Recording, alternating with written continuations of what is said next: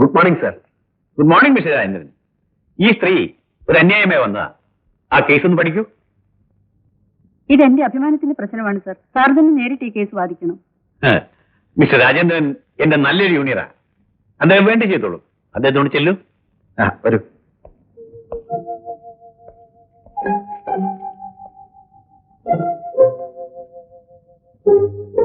ഇരിക്കൂ.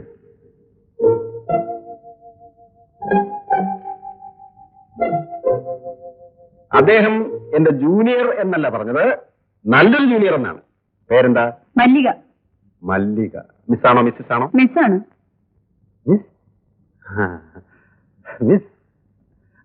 ശരി, ഈ കേസ് ഞാൻ മിസ് ചെയ്യുന്നില്ല. പറഞ്ഞു. എന്താ സർ? കേസ് എന്താന്ന് പറയും. 3-4 പേര് ചേർന്ന് തല്ലി. ഞാൻ ആശുപത്രിയിലായിരുന്നു. ക്രിമിനൽ. അതെ, ജോലി എന്തെങ്കിലും ചെയ്യുന്നുണ്ടോ? ഉണ്ട്. എന്ത് ജോലി? വേശ്യാവൃത്തി. മല്ലികയുടെ വീട്ടിൽ ആരൊക്കെയുണ്ട്? ഞാനും എന്റെ അമ്മയും. അമ്മ എന്ത് ചെയ്യുന്നു? വാദം പിടിച്ച് കിടപ്പാണ്. വീട്ടിൽ നിത്യവൃത്തിക്കുള്ള സൗകര്യങ്ങൾ ഉണ്ടായിരിക്കും അല്ലേ? മറുപടി പറയൂ. ഞാൻ എന്തെങ്കിലും അധ്വാനിച്ചു കൊണ്ടുവരണം. എങ്ങനെ എങ്ങനെ അധ്വാനിച്ചിട്ട്? വീട്ടുവേലയ്ക്ക് നിന്നിട്ടോ കൂലിവേല ചെയ്തിട്ടോ? ഞാൻ എന്റെ സ്വന്തം ശരീരം വിൽക്കുന്നു. Kindly note this point your honour. രഹസ്യ സങ്കേതങ്ങളിൽ ലോഡ്ജുകളിൽ മാംസ കച്ചവടം നടത്തുന്ന ഒരു തെരുവ് വേശ്യയുടെ കുറ്റസമ്മതമാണിത്. ജൂൺ 20 ഹോട്ടൽ റിവർ സൈഡിലെ 13-ാം നമ്പർ മുറിയിൽ വെച്ചാണ് നിങ്ങളെ 4 പേർ മദ്യപിച്ച് മർദ്ദിച്ച് അവശയാക്കി എന്ന് പറയപ്പെടുന്നത്. അതെ. നിങ്ങൾ അവരുടെ മുറിയിൽ അതിക്രമിച്ച് കിടക്കുകയായിരുന്നു. അല്ല. പിന്നെ അവരെന്തിന് നിങ്ങളെ മർദ്ദിച്ച് അവശയാക്കി പുറത്താക്കണം? ഞങ്ങൾ തമ്മിൽ വഴക്കായി. കാരണം ഒരാളെ ഉള്ളൂ എന്ന് പറഞ്ഞ് അവരെന്നെ കൂട്ടിക്കൊണ്ടു പോയത്. അതിനെ ഞാൻ തയ്യാറുള്ളൂ എന്ന് പറഞ്ഞു.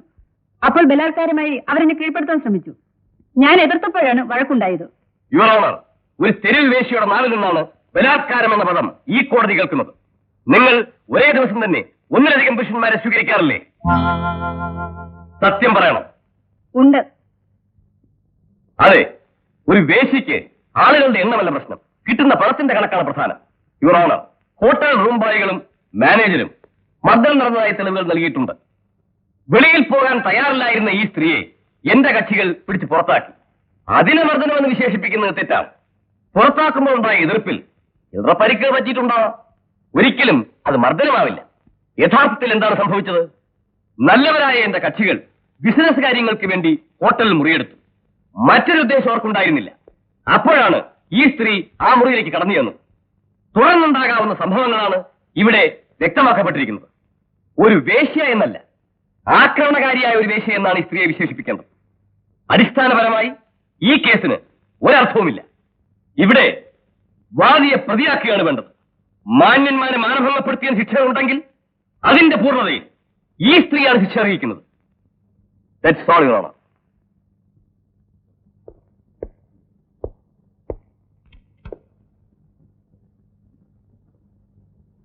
Any re-examination?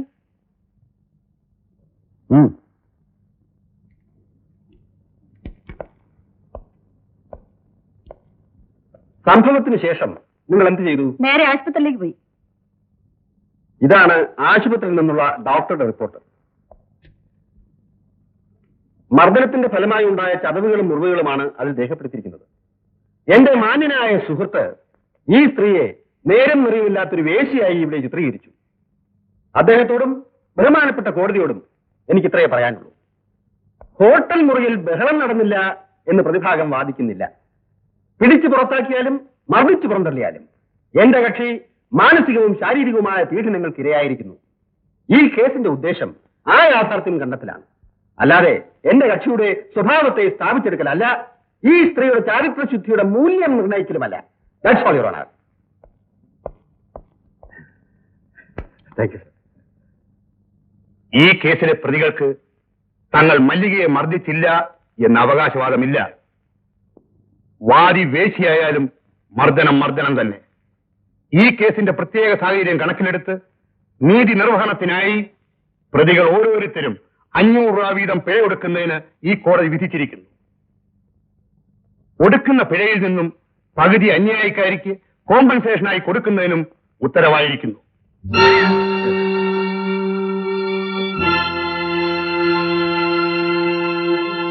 ഞാൻ കറക്റ്റ് പോയ പോയിന്റ് പിടിച്ച് വായിച്ചതിന്റെ അവന് പോകാൻ ജയിച്ചത് എന്തായാലും ശരിയാ. അവനെ ഞാൻ വിടാൻ പോകുന്നു. ഇനി ഞാൻ അവനെ തല്ലോ തല എനിക്ക് എന്ത് വിളിക്കും. പക്ഷെ തല്ലുന്നതിന് മുമ്പ് എന്നെ ഒന്ന് അറിയിച്ചിരിക്കണം. എന്നല്ലേ കറക്റ്റ് 40,000 എനിക്ക് ശരിയാ. സാറേ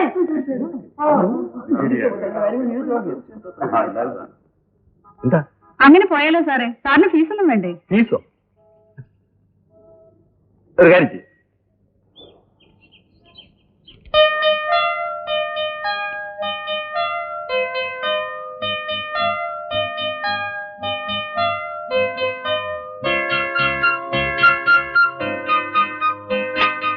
ഇതാണ് എന്റെ ഹൗസ് അഡ്രസ്. വൈകുന്നേരം അങ്ങോട്ട് വരൂ.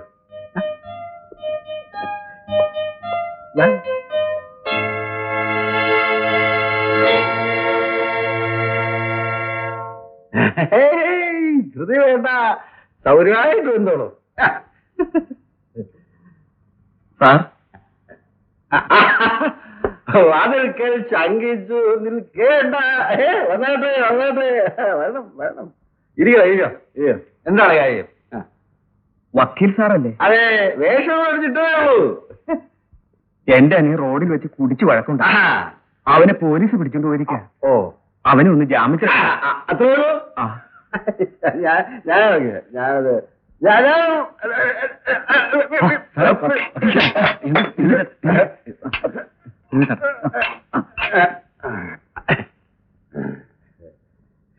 അതെ, എന്റെ മാന്യ സുഹൃത്തുക്കൾ പോയിക്കോളൂ. അത് ഈ പേരെടുക്കാൻ പോയവളെ ഇരട്ടവെട്ടെന്ന് പറഞ്ഞത് പോലെ ആവും. ഞാനും അകത്തായി പോവും. മനസ്സിലായോ? പോയിക്കോളൂ. പോയിക്കോളൂ. ഇയാൾ എന്തൊരു വക്കീല്.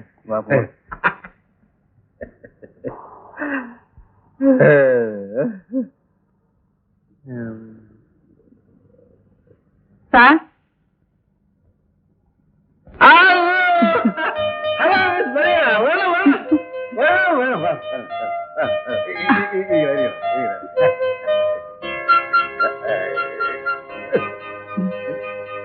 എനിക്ക് അല്പം ധൃതിയുണ്ട് സാറേ. ധൃതിയോ? അതെല്ലാവർക്കും ഉള്ളതാ. എപ്പോഴും ആ ധൃതി പാടില്ല. ഞാൻ എന്റെ ചപ്പാത്തിയുടെ കണ്ടീഷൻ ഒന്ന് നോക്കിട്ട്.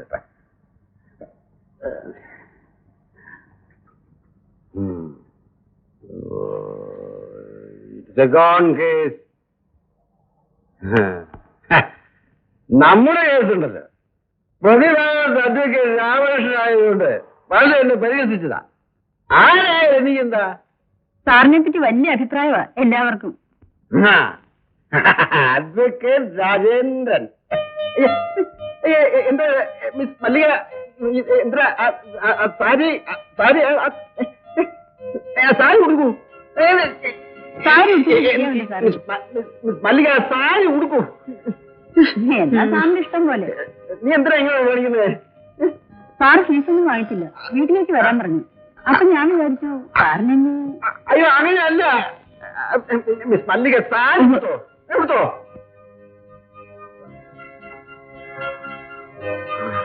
എന്റെ ശ്വാസം നിന്നുപോയി കേട്ടോ.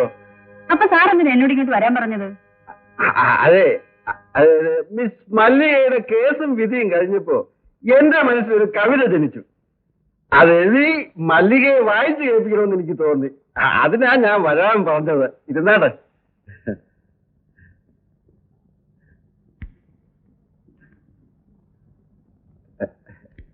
ഇതാണ് കവിത. കവിത ഇഷ്ടമാണല്ലോ.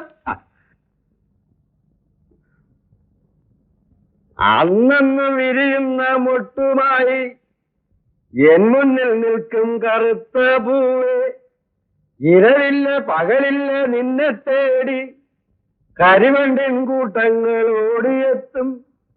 ഇടതടവില്ലാതെ ആർത്തി തീർക്കും ഇതളിന്റെ കവിളിലും ചോര വാർക്കും.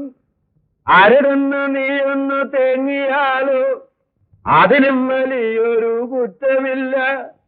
അരുതെന്ന് നീയൊന്നു തേങ്ങിയാലോ അതിലും വലിയൊരു കുറ്റമില്ല. കൊള്ളാം സാർ.